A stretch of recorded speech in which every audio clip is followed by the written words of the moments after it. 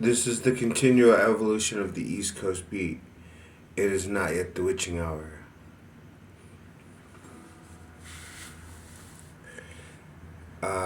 Today, at 49 years of age, I decided to help a older guy out who was probably actually younger than me by lifting 5-gallon jugs of, the purified drinking water, sparklets or however they call it wherever. And because I have nerve damage in my left hand, and I know that if I've been feeling pain, carrying bags back from the corner market and stuff. So I know that I have to continue to use my left hand. And at one point, I picked up one of the jugs with my right hand and, gripped it and lifted it and put it on a little trolley. And I tried to do it with my left hand and I failed. And it took me hours to realize, though, that that was 35 gallons of water that I was trying to grip. You know, I mean, you watch the movies and the guy gets slashed across the chest with a sword and stabbed with a dagger and he fell off of a cliff and he still fights the main bad guy, which is some half demon evil overlord with magical connections and, lightning fast reflexes. But after all that inhuman amount of pain, he can still pull 100% of his strength together. Whereas sometimes I find myself barely able to still stand or the funny thing at my age is if I stand too quick, sometimes I get wobbly. I get a little heroin. It looks like I'm on heroin. You know what I'm saying? And I'm all trying to, and I just work through it. And it's hypostatic, whatever pressure, because da da da da da. More of my body mass is at the same level of my heart because when I'm hunched all the way down, sitting or standing or squatting, the Russian squat, as they would say. As I would squat, waiting for a bus or something, when I stand, sometimes it's a very overwhelming, woozy kind of like, oh yeah, I've experienced this before, but I paid $60 to do it. You know what I'm saying? Now all I have to do is simply stand too fast.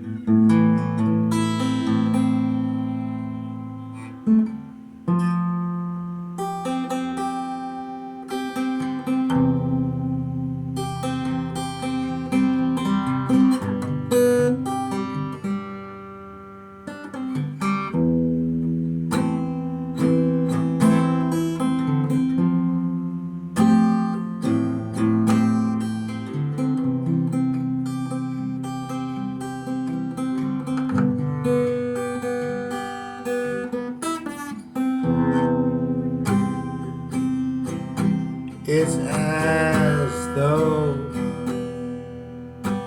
it was written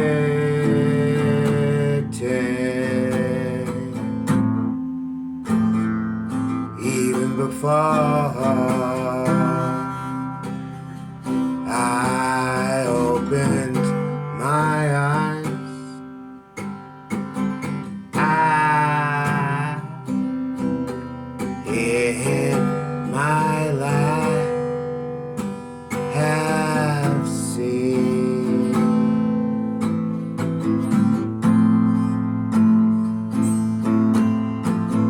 my robot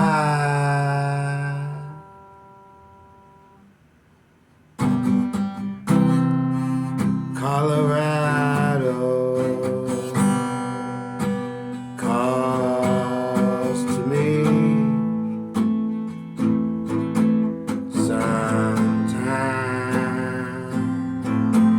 on an all long and twisting road. I think I lost and found my soul, and I took it across the Mason-Dixon line. Got caught trying to turn water to wine, and it wasn't the first time. So I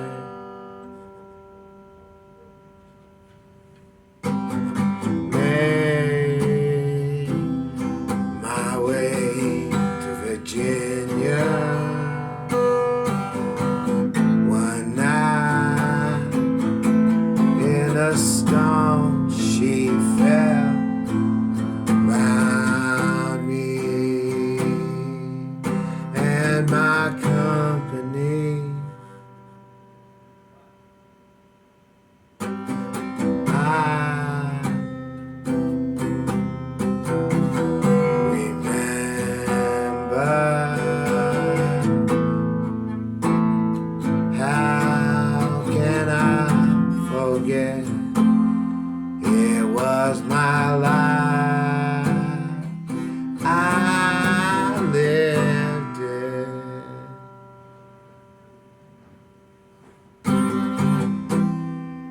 As the river rolls clean in my band of black rock and gold.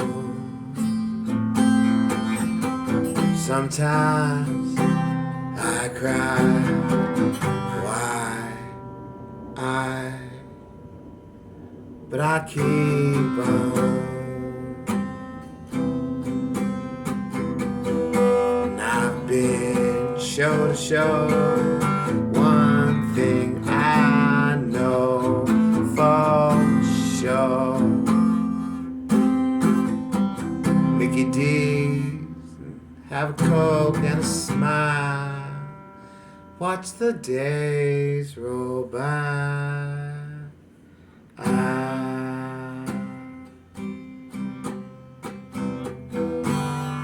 remember.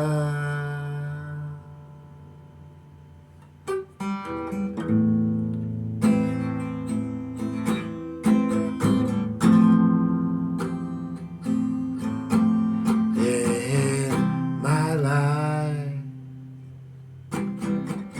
my time,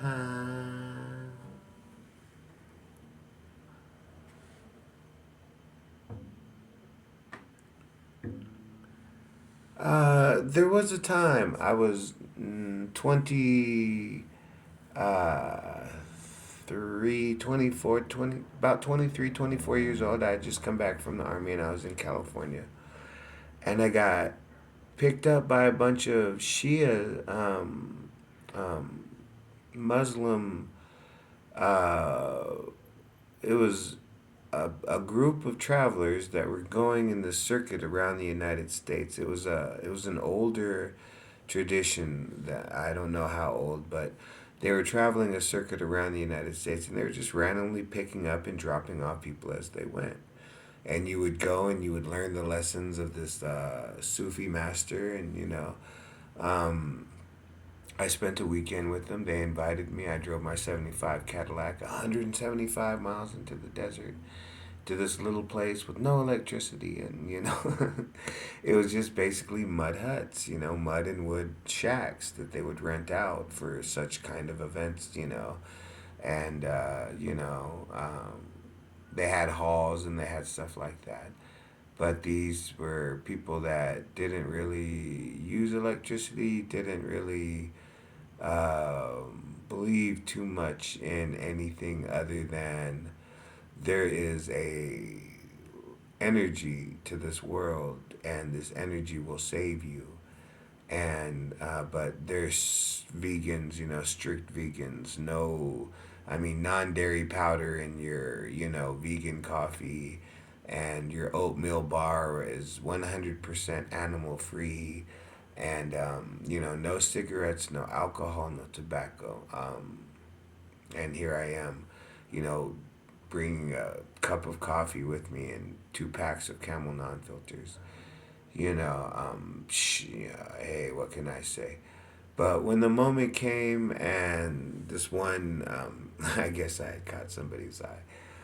I was working at a IHOP, and the youth group had stopped in for uh, dinner after their adventure at the local amusement park. It used to be Pharaoh's. It was this little amusement miniature golf water theme park, a little small one here in the Southern California. And they had went there, and then they stopped at the IHOP, and I guess I caught somebody's eye because I was asked, and I was invited to come up to their camp. I think they asked me 1 or 2 questions, basically just to see how open minded and cool I was, and I took the invitation, and um, I don't know. It's strange to me because it's like, as a individual man, I should have no um, there should be no difference in the way I view one race or another, unless it's by personal experience. And but as a soldier, like I said, our enemies were Russia and radical Muslims, and uh, not to say that I go around hating communism and Islam, but those were our enemies, and there had to be a reason, I imagine. And like I said, when I hear of soldiers dying in the Ukraine on either side, it's what soldiers do. It's what we volunteer for. It's what we get paid for. It's why they make statues of us out of bronze, and they stick them in the middle of fucking villages so kids can play on them. That's what we do, you know what I'm saying? And for those of us that come back, we sit and we think of those days as some of the best of our lives, regardless. You know what I'm saying? And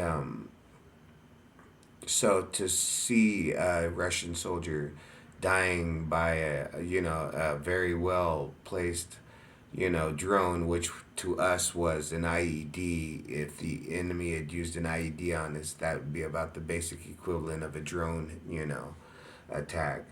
So I don't say I feel for them, other than the fact that I know the fear of just strolling along thinking, man, at any minute something's going to blow up and I'm going to walk out of here with half of an arm, no leg, and fucking half my face gone. Because I was the third vehicle that day, or, I was the only vehicle that day, or, you know what I'm saying? So I understand that. And like I said,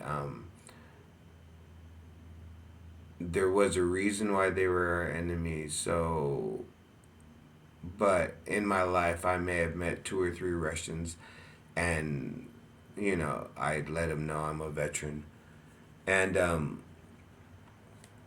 there's no politics between it. It's just that's country to country. We're in Southern California right now. I mean, that'd be the same as asking me about Filipino politics. Am I really into Filipino politics? Not really.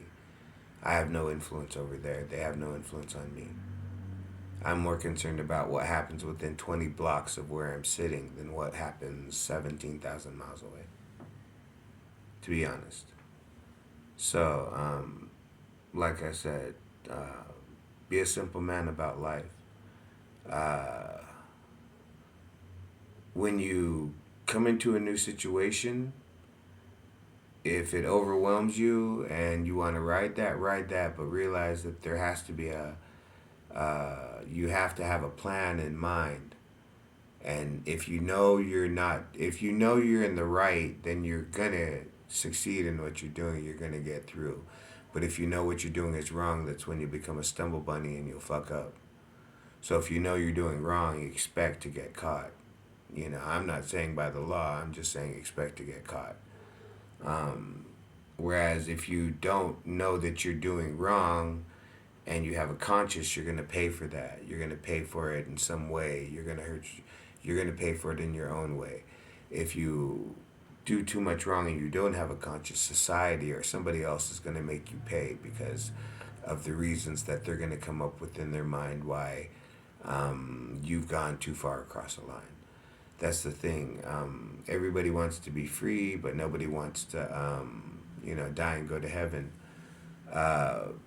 because they fear what could be next. I mean, if this is what life is about, and then in the end it's thou shalt not, cause harm, thou shalt not, then we all become vegetarian and slowly starve to death or sit cross-legged and wait for the final sunset, while we're all humming to the perfect tune of some angelic, orchestra that's going off in our head. Is that how that ends? And then we just become dust, and that's why they never find the bodies of all these ancient Mayan civilizations and stuff. They just sat cross-legged. They stopped eating meat, sat cross-legged, and then just evaporated into the fucking clouds, and they became dragons with feathers and shit. That's how it works in the end. I'm willing to try it. I mean, I don't know, like I said,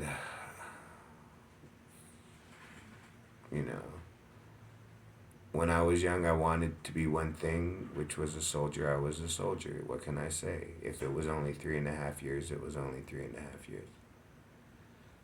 Another thing I didn't want to be was a prisoner, and I didn't want to be homeless, and I'm neither of those things right now, so am I winning? You know. Well, I tell everybody I play the long game. So at 49 years old, I'm still playing the same game that I was playing the first time I said don't end up in jail over somebody else's politics or homeless. Same game. So I don't know what you've been doing this whole time. The continual evolution of the East Coast beat, we will not be denied.